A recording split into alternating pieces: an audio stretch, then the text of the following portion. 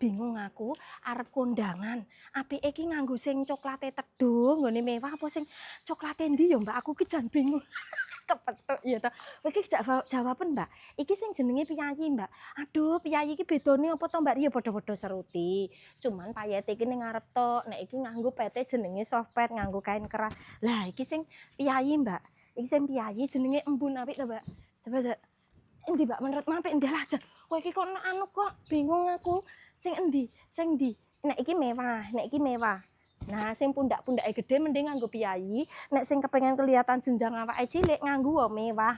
Lha wong ngono ora iso nganggo ki ya iso kok klambine aja mepet-mepet. Oh iki mewah. Mewah iki mewah. Ngarepe wis nganggo payet, mburine nggo payet, Mbak. Pete ora nganggo busa, ora enek logo besine.